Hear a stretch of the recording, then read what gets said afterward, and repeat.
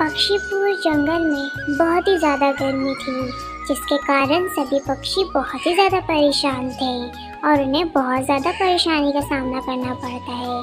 जब टूनी चिड़िया अपने लिए पानी ढूंढ लेती है और उसे पीने लगती है। बहुत ही ज़्यादा गर्मी है। अब तो मैं जल्दी से बस पानी पीऊंगी और बस यहाँ से उड़ पड़ूंगी। यहाँ तो बैठा भी नहीं जा रहा है। अब जल्दी से कोई घने जंगल ढूंढ के बस वहीं पे छाया में बैठ जाऊंगी। बहुत ही ज्यादा गर्मी है। टूनी चिड़िया वहाँ पानी ही पीने जा रही थी, तभी उसे एक आवाज आती है। मीनू, ये पानी मत पियो, ये पानी मुझ पर ढाल दो। गर्मी बहुत होने के कारण मैं तो बिल्कुल जल गया हूँ।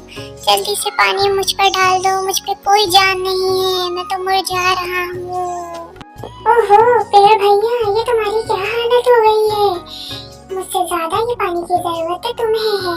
मैं तो घर जाके भी पानी ये पी लूंगी। ऐसा करती हूँ, ये पानी तुम पर डाल देती हूँ। अरे मीनू, जल्दी से मुझ पर ये पानी डाल दो, नहीं तो मैं मर जाऊंगा। परंतु मीनू चिड़िया वो सारा पानी उस पौधे पर डाल देती है और वो पौधे में जान आ जाती है। कुछ ही देर में वो पौधा परी का रूप लेता है। अरे मीनू चिड़िया, तुम परेशान ना हो, मैं एक पौधा नहीं बल्कि एक जादुई परी हूँ। मैं यहाँ सभी पक्षियों का विधान जानना चाहती थी कि सब किसी की मदद करते हैं या फिर अपनी मदद करते हैं सिर्फ। लेकिन मीनू, मैं तो तुमसे बहुत ज्यादा खुश हूँ। तुमने मेरी मदद की और तुमने पानी नहीं पिया, वो सारा पानी मुझ पर डाल दिया। अब तुम बताओ तुम्हें क्या चाहिए? अरे परी जी, मुझे कुछ भी नहीं चाहिए। इतनी गर्मी में मैं आपसे क्या ही मांग सकती हूँ। बस यही दे दीजिए कि मुझे ठंडा ठंडा सा कुछ दे दीजिए, क्योंकि बहुत ही ज्यादा गर्मी है और मुझसे अब बर्दाश्त भी नहीं हो रहा है, ताकि हम सब पक्षी आराम से गर्मियों में रह सकें। अरे मीनू, ये इतनी छोटी सी ख्वाहिश, अभी मैं तुम्हारी ये ख्वाहिश पूरी कर देती हूँ। फिर वो परी अपनी जादुई शक्ति से वहाँ पर एक एसी ले आती है। मीनू, ये एक एसी है, ये तुम्हारे घर में बहुत ज्यादा ठंडक देगा। तुम इसे जाकर अपने घर में लगा दो, फिर तुम देखना इसका कमाल। अरे वाह जादुई परी, ये तो एक जादुई यंत्र है। मैं इसको जल्दी से जाकर अपने घर में लगा देती हूँ, फिर मैं देखती हूँ इसका कमाल। एक जंगल में कालू कौवा रहा करता था। वो अपने घर में ही रहा करता था। वो एक नंबर का दुष्ट और आलसी था। उसकी पत्नी सुंदरी कौवी भी उसके आलसीपन से बहुत ही ज्यादा परेशान आ चुकी थी। तभी सुंदरी कौवी कालू कौवे से कहती है, अजी सुनते हो, अब जाग भी जाओ, सुबह हो चुकी है। ऐसे ही पड़े रहोगे क्या? और जल्दी से जाकर भोजन ले आओ हमारे लिए। अरे मेरी प्यारी पत्नी, खाना तो तू भी ला सकती है, क्योंकि पति का सेवा करना पत्नी का तो धर्म होता है ना। बरसात का मौसम आने वाला है, ये घर भी बहुत टूटने वाला है। अब तुम जल्दी से मेहनत कर कर इस घर को सही से बना लो। अरे मेरी प्यारी पत्नी जी, ये घर तो मेरे दादाजी की निशानी है, इसके साथ तो मैं कुछ भी हेर फेर नहीं कर सकता। पर सुनिए जी, मैं तो ये कह रही हूँ कि इस घर को मरम्मत करके थोड़ा मजबूत कर लो। अरे सुंदरी, तुझे दिखाई नहीं दे रहा मुझे कितनी तेज बुखार है और तू मुझे ये सब कह रही है और मुझसे बहस कर रही है। तू तो मेरी सेवा भी नहीं करती है। अरे आपने मेरे साथ कौन सा क्या कर दिया है आज तक? जब से मेरी शादी हुई है मुझे तो कहीं घुमाने भी लेकर नहीं गए। इस घर में ही मर रही हूँ मैं, घर के ही काम काज करते रहती हूँ एनी टाइम। अरे बेवकूफ औरत, तेरे बाप ने तो शादी के दौरान 5 लाख भी मुझे नहीं दिया। बस तू जैसी अजीब सी औरत मुझे पकड़ा दिया और भगा दिया। चल जा, अपने बाप से 2 लाख लेकर आ, फिर चलेंगे शिमला मनाली और घूम कर आएंगे हम दोनों।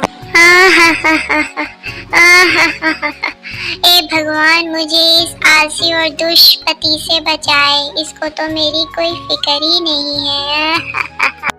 फिर सुंदरी चील कालू कौवे के लिए भोजन लेने चली। फिर कालू कौवा कहता है, ए भगवान, कैसी औरत से पाला पड़ गया है।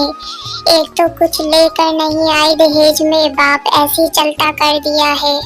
मेरा दोस्त कालिया कौवा बिल्कुल सही है, उसकी पत्नी इतना सारा दहेज लेकर आई है और इतना सब कुछ लेकर आई है और कालिया को कितना ही प्यार देती रहती है। कालिया को तो पूरे जंगल में अनाज भी लेने नहीं जाना पड़ता है, इतना कुछ लेकर आई है। फिर कालू कौवा अपने जगह पर सो जाता है।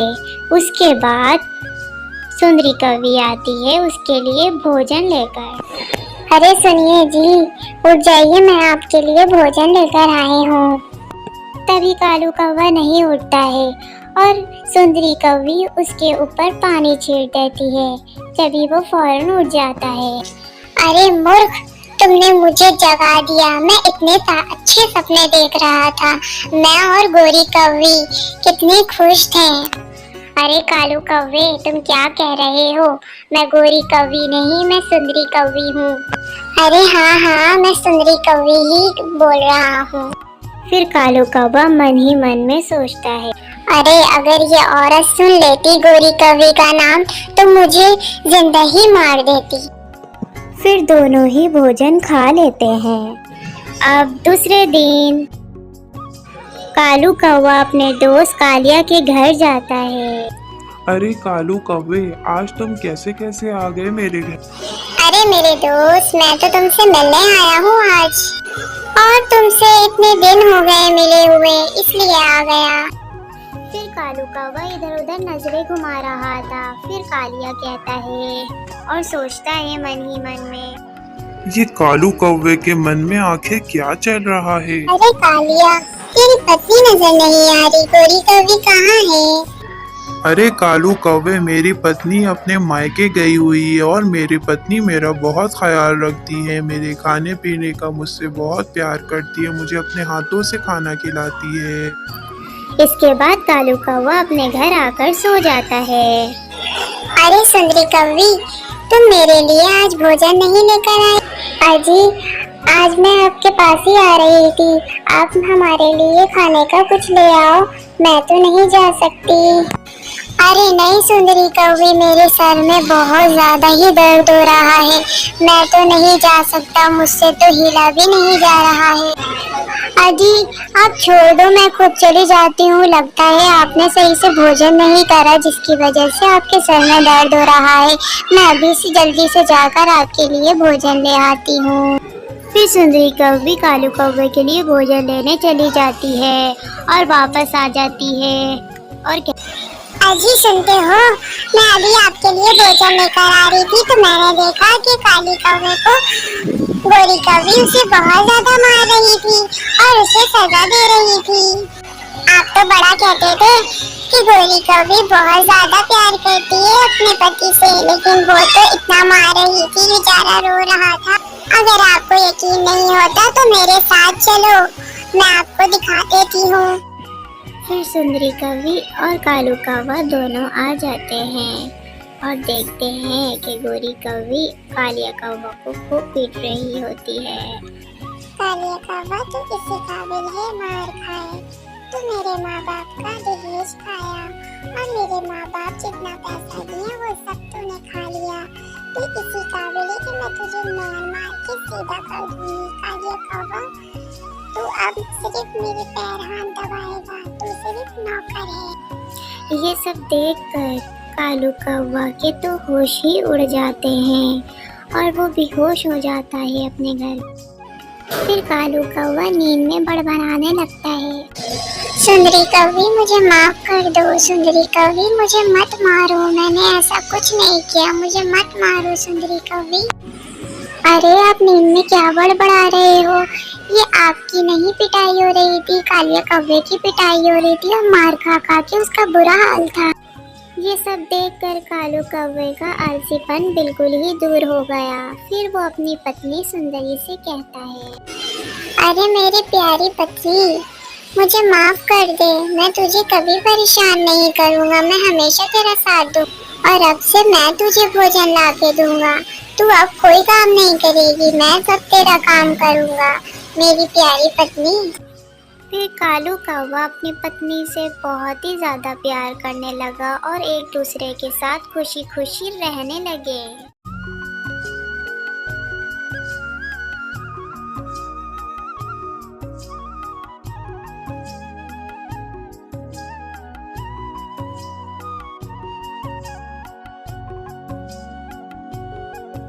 सब गर्मियों का मौसम था। सभी पक्षी गर्मी की वजह से बहुत ही ज्यादा परेशान थे। तभी कालू अरे रानी कौवी, इतनी गर्मी हो रही है, अब क्या होगा हमारा? कालू कौवे जी, आप तो इतनी गर्मी में भी नहाने नहीं जाते। मैंने तो आपको बोला था नहर में जाकर नहा लो, लेकिन आप मेरी सुनते कहाँ हो। परंतु कालू कौवे, एक हफ्ता हो गया है आपको नहाए, आपके ऊपर से कितनी बदबू आ रही है। रानी कौवी, तुम रोज भी नहा लो तो तुम्हारे ऊपर से वैसे ही बदबू आ रही होती है। चलो अब मुझे जाने दो, बहुत ज्यादा गर्मी हो रही है, मैं तो जा रहा नहर में जरा नहा कर आ रहा हूँ। कालू कौवे जी, जब आप नहा रहे हो तो परंतु मैं यहाँ रहकर क्या करूँगी। मैं भी आपके साथ नहर चलती हूँ, वह जाकर नहा लूँगी। बस फिर क्या था, गर्मियों का मजा लेने कालू कौवे और रानी कौवी दोनों नहर की तरफ चले जाते हैं। और कालू कौवा और रानी कौवी नहर के ठंडे ठंडे पानी का मजा ले रहे होते हैं और नहा रहे होते हैं। अरे वाह वाह रानी कौवी, इस नहर के ठंडे ठंडे पानी में नहाने में कितना मजा आ रहा है, मेरी तो सारी गर्मी खत्म हो गई। हाँ हाँ कालू कौवे जी, परंतु मैं तो आपको इतना कहती थी, लेकिन आप मेरी सुनते ही कहाँ थे। देखा, अब आपको मजा आ रहा है ना। कालू कौवा और रानी कौवी जब नहा रहे होते हैं तो तभी टूनी चिड़िया आ जाती है और कहती है, अरे वाह, कालू कौवे और रानी कौवी, नहर के ठंडे ठंडे पानी में नहाया जा रहा है। अरे वाह वाह। अरे टूनी चिड़िया, तुम भी आ जाओ इस नहर में मजा लेने, बहुत ही ठंडा पानी है, मजा ही आ जाएगा। अरे नहीं नहीं, मैंने तो कल ही नहाया है और आज सुबह भी मैंने नहाया है। आप दोनों नहाओ, बहुत ही ज्यादा ठंडा पानी है और बहुत ज्यादा ही मजा आया था। और कालू कौवे, तुम्हारी पत्नी रानी कौवी बिल्कुल ठीक कह रही थी कि तुम अगर नहाओगे नहीं तो तुम्हें तरह तरह की बीमारियां हो जाएंगी और तुम गंदे भी रहोगे। गंदे रहना अच्छी बात नहीं है और बंदा बीमार भी हो जाता है। नहा धोकर हमेशा साफ सुथरा रहना चाहिए। बस फिर क्या था, जंगल में गर्मी बढ़ने लग जाती है और सभी पक्षी नहर में नहाने लगते हैं और खुशी खुशी ठंडे ठंडे पानी का मजा ले रहे होते हैं। पूरे जंगल में सिर्फ एक ही नहर था और सभी पक्षी उसी नहर में नहाते और उसी में पानी भी पीते थे। एक दिन नहा नहा कर नहर का पानी बहुत ही ज़्यादा गंदा हो जाता है और सभी पक्षी उसी को पी भी रहे होते हैं। अरे हरी तोती, टूनी चिड़िया, तुम लोग भी आ गए हमारे साथ नहाने, कितना मजा आ रहा है। ठंडे ठंडे पानी का मजा ही कुछ और होता है। अरे मजा ही आ गया, हमें देख देख कर तुम भी आ गए। कालू कौवा बहुत ही ज्यादा सभी पक्षियों का मजाक उड़ाते रहता था। मम्मा मम्मा, मेरे पेट में बहुत जोरों की दर्द हो रही है। मम्मा मम्मा प्लीज, मेरे पेटों में बहुत दर्द हो रही है। मम्मा, मैंने तो कुछ ऐसा खाया भी पिया भी नहीं था, फिर मेरे पेट में इतना दर्द क्यों हो रहा है। मम्मा अरे मोनो चिड़े, ये अचानक तुम्हें क्या हो गया है? अचानक तुम्हारे पेट में इतना दर्द क्यों हो रहा है मोनो चिड़ा?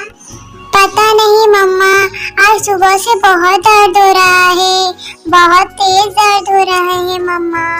अब मैं क्या करूं? मोनो चिड़े की तो तबीयत खराब हो रही है, अब मैं किसको बताऊं? मैं ऐसा करती हूँ, उल्लू बैग जी को बुलाकर लेकर आती हूँ। मोनो चिड़े, तुम यहीं रहना तब तक, ठीक है मोनो चिड़े? बस क्या था, टूनी चिड़िया इतना कहकर उल्लू बैग को लेने चली जाती है। उल्लू बैग जी, मुझे बताइए आखिर मेरे मासूम मोनू चिड़ा को क्या हो गया है और इसके पेट में इतने जोर से दर्द क्यों हो रहा है। टूनी चिड़िया, मोनू चिड़ा ने बाहर की कोई उल्टी सीधी चीज खा पी लिया है, जिसके कारण इसके पेट में दर्द हो रहा है। लेकिन तुम चिंता ना करो, मैं कुछ दवाई दे देता हूँ जिसकी वजह से ये बिल्कुल ठीक हो जाएगा। फिर उल्लू बैग जी वहाँ से चले जाते हैं। तभी टूनी चिड़िया मोनू चिड़ा से कहती है, मोनू चिड़ा, मैं जब भी तुम्हें मना करती थी कि बाहर की उल्टी सीधी चीजें मत खाया करो, लेकिन तुम मेरी सुनते नहीं थे। अब देखो। फिर अगले दिन टूनी चिड़िया, रानी कव्वी और हरी काकी और कबूतर सब मिलकर नहा रहे होते हैं। पक्षियों, अब इस गर्मी के मौसम में इस नदी के ठंडे ठंडे पानी से हम अपनी गर्मी बुझा लेते हैं। बस सभी पक्षी उस नहर के ठंडे ठंडे पानी से मजे से नहाने लगते हैं। पक्षियों, पहले इस नदी के पानी से नहाने में कितना मजा आता था, लेकिन अब तो इस पानी से कितनी बदबू आती है और ये पानी कितना गंदा हो गया है। हाँ टूनी चिड़िया, तुम बिल्कुल ठीक कह रही हो। ये पानी तो बहुत ही ज़्यादा खतरनाक हो गया है हमारे लिए, क्योंकि हम इसमें नहाते भी हैं और इसको पीते भी हैं। अरे कबूतर, तुम बिल्कुल ठीक कह रहे हो, परंतु हम इस नहर में नहीं नहाएंगे तो हम किस नहर में नहाएंगे? हमारे पास तो और कोई नदी नहीं है। टूनी चिड़िया, अब हमें इस नहर के पानी से नहीं नहाना होगा, परंतु हम इस पानी को पीते हैं, हमारी तबीयत खराब होगी। अगले दिन उल्लू बैग जी सभी पक्षियों को जमा कर उनसे कहते हैं, पक्षियों, मुझे पता चल चुका है कि आप सबके पेट में क्यों दर्द हो रहा है, क्योंकि आप नदी के गंदे पानी में नहाते हैं और उस बदबूदार पानी को पी भी जाते हैं, जिसके कारण आपके पेट में दर्द हो रहा है। और अगर सब पक्षी अभी तक उसका पानी पीते रहेंगे तो सब पक्षियों की तबीयत खराब होती रहेगी। परंतु उल्लू बैग जी, अब हमारे पास इस समस्या का कोई उपाय नहीं है। परंतु अगर हम नहाएंगे नहीं तो फिर कैसे हम जिंदा रहेंगे? टूनी चिड़िया, दिमाग लड़ाओ, हर समस्या का कोई ना कोई उपाय होता है, इसलिए कोई उपाय ढूंढो और उस खतरनाक पानी को मत पियो। बस फिर क्या था, टूनी चिड़िया और सभी पक्षी उल्लू बैग जी की बात को गौर से सुन लेते हैं। फिर जंगल में रात हो जाती है और टूनी चिड़िया बहुत ज्यादा परेशान होती है। तभी वो कहती है, मुझे कुछ ना कुछ तो उपाय ढूंढना ही पड़ेगा, नहीं तो हमारे जंगल के सभी पक्षी ऐसे ही बीमार पड़े रहेंगे। अगले दिन फिर टूनी चिड़िया सभी पक्षियों को बुला लेती है। अरे टूनी चिड़िया, सुबह ही सुबह हम सब पक्षियों को क्यों बुलाया है? पक्षियों, हमारे जंगल में सभी पक्षी बहुत ज्यादा बीमार हो रहे हैं, उस खतरनाक पानी से उसी में नहा रहे हैं और उसी को पी रहे हैं, जिसके कारण सभी पक्षी बीमार होते जा रहे हैं। और तो और उल्लू बैग जी के पेट में भी बहुत ज्यादा दर्द हो रहा है, अब तो वो भी बीमार हो गए हैं। अब वो बीमार हो गए हैं तो अब हमें कौन देखेगा, और कोई तो बैग है भी नहीं इस जंगल में। हाय रे टूनी चिड़िया, ये क्या हो गया? अब हम सब पक्षियों का कौन इलाज करेगा और हमारे बच्चों को कौन देखेगा? पक्षियों, इस समस्या का एक उपाय निकला है, हमारे जंगल में टॉयलेट बना लिया जाए। अगर हम टॉयलेट बना लेंगे तो हम सब पक्षी वहीं नहाएंगे। रही बात जंगल के गंदे पानी की, तो हम दूसरे जंगल में एक जड़ी बूटी मिलती है, वहाँ से वो जंगल से ले आएंगे और उस पानी में डाल देंगे, फिर वो पानी साफ हो जाएगा, जिसे हम आराम से पी सकेंगे। अरे वाह वाह टूनी चिड़िया, ये तो बहुत अच्छा उपाय है, फिर तो हमारे जंगल में सभी पक्षी ठीक हो जाएंगे। तो फिर सभी पक्षियों थोड़े थोड़े पैसे जमा करवा लो, तो फिर मैं एक अच्छे से टॉयलेट बनवा लूंगी। फिर टूनी चिड़िया के पास सभी पक्षी पैसा दे देते हैं और टूनी चिड़िया टॉयलेट बनाना शुरू कर देती है। तकरीबन एक दिन के बाद पक्षियों का एक बहुत ही जबरदस्त टॉयलेट बन जाता है। चलो चलो पक्षियों, हम एक एक करके नहा लेते हैं। फिर सभी पक्षी उस टॉयलेट में नहाते और नदी के पानी से पानी पीते। इसी तरह वो हंसी खुशी जिंदगी गुजार।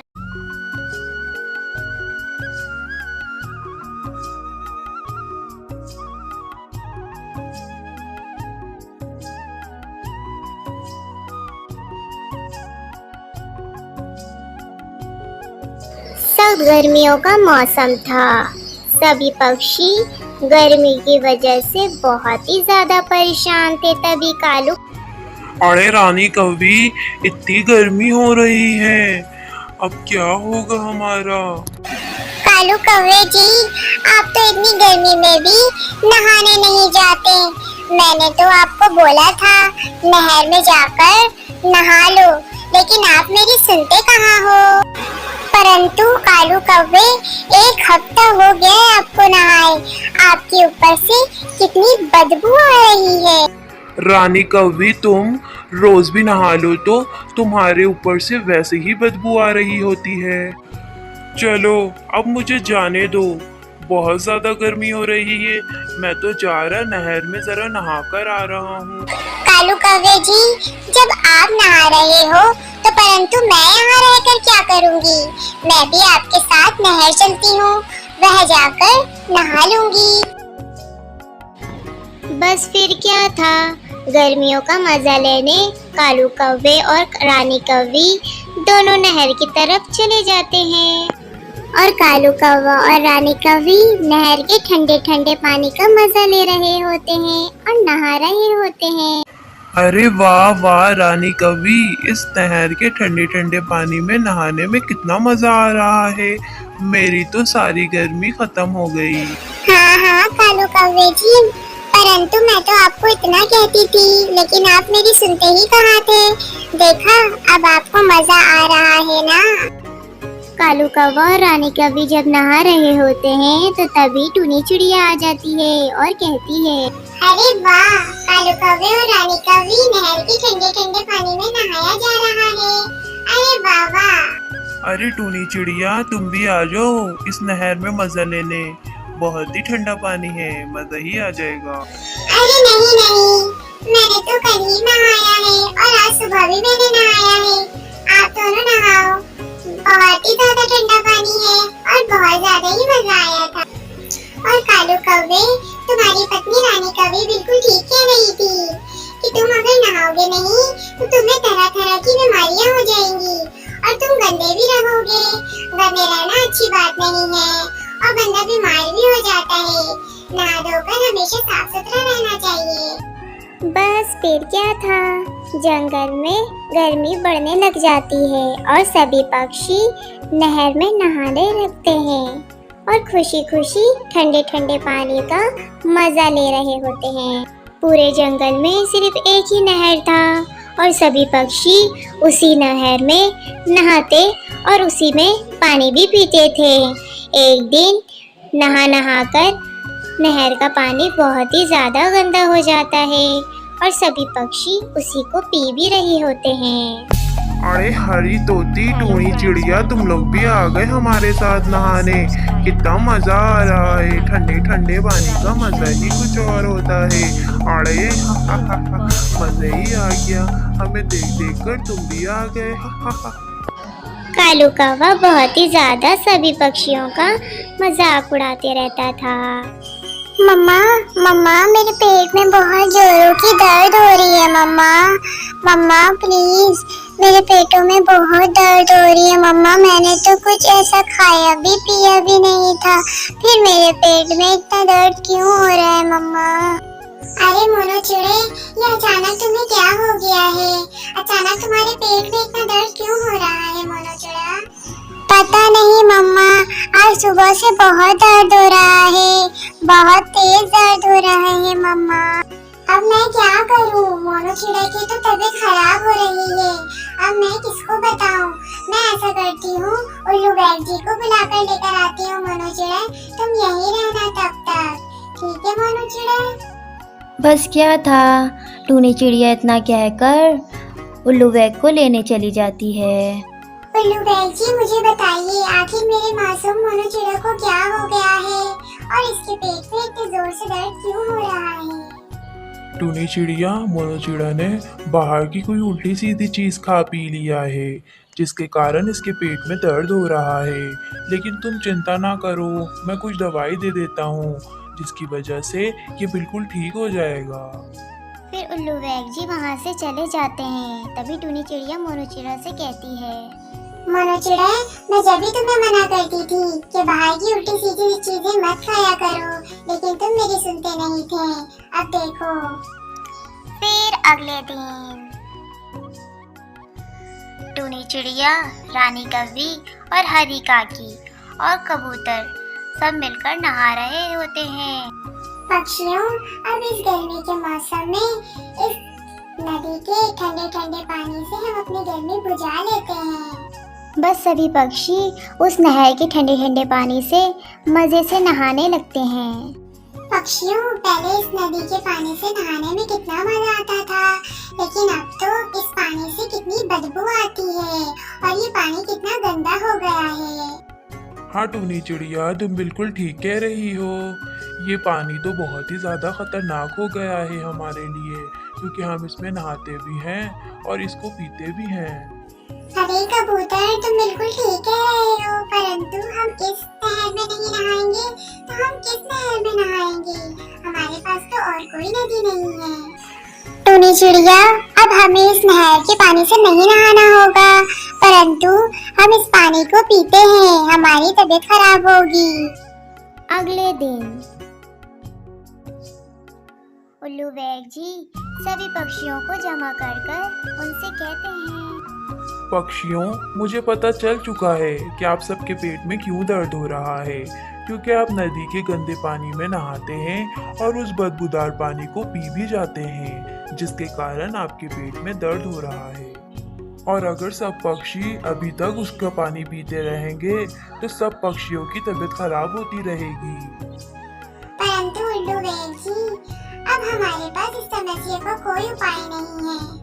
परंतु अगर हम नहाएंगे नहीं तो फिर कैसे हम जिंदा रहेंगे?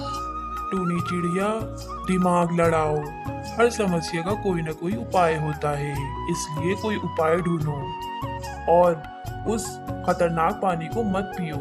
बस फिर क्या था, टूनी चिड़िया और सभी पक्षी उल्लू बैग जी की बात को गौर से सुन लेते हैं। फिर जंगल में रात हो जाती है और टूनी चिड़िया बहुत ज्यादा परेशान होती है। तभी वो कहती है, मुझे कुछ न कुछ तो उपाय ढूंढना ही पड़ेगा, नहीं तो हमारे जंगल के सभी पक्षी ऐसे ही बीमार पड़े रहेंगे। अगले दिन फिर टूनी चिड़िया सभी पक्षियों को बुला लेती है। अरे टूनी चिड़िया, सुबह ही सुबह हम सब पक्षियों को क्यों बुलाया है? पक्षियों, हमारे जंगल में सभी पक्षी बहुत ज्यादा बीमार हो रहे हैं। उस खतरनाक पानी से उसी में नहा रहे हैं और उसी को पी रहे हैं, जिसके कारण सभी पक्षी बीमार होते जा रहे हैं। और तो और उल्लू बैग जी के पेट में भी बहुत ज्यादा दर्द हो रहा है। अब तो वो भी बीमार हो गए हैं। अब वो बीमार हो गए हैं तो अब हमें कौन देखेगा, और कोई तो बैग है भी नहीं इस जंगल में। हाय रे टूनी चिड़िया, ये क्या हो गया? अब हम सब पक्षियों का कौन इलाज करेगा और हमारे बच्चों को कौन देखेगा? पक्षियों, इस समस्या का एक उपाय निकला है। हमारे जंगल में टॉयलेट बना लिया जाए। अगर हम टॉयलेट बना लेंगे तो हम सब पक्षी वहीं नहाएंगे। रही बात जंगल के गंदे पानी की, तो हम दूसरे जंगल में एक जड़ी बूटी मिलती है, वहाँ से वो जंगल से ले आएंगे और उस पानी में डाल देंगे। फिर वो पानी साफ हो जाएगा, जिसे हम आराम से पी सकेंगे। अरे वाह वाह टूनी चिड़िया, ये तो बहुत अच्छा उपाय है। फिर तो हमारे जंगल में सभी पक्षी ठीक हो जाएंगे। तो फिर सभी पक्षियों थोड़े थोड़े पैसे जमा करवा लो, तो फिर मैं एक अच्छे से टॉयलेट बनवा लूंगी। फिर टूनी चिड़िया के पास सभी पक्षी पैसा दे देते हैं और टूनी चिड़िया टॉयलेट बनाना शुरू कर देती है।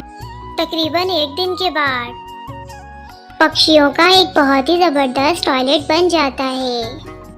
चलो चलो पक्षियों, हम एक एक करके नहा लेते हैं। फिर सभी पक्षी उस टॉयलेट में नहाते और नदी के पानी से पानी पीते। इसी तरह वो हंसी खुशी जिंदगी गुजार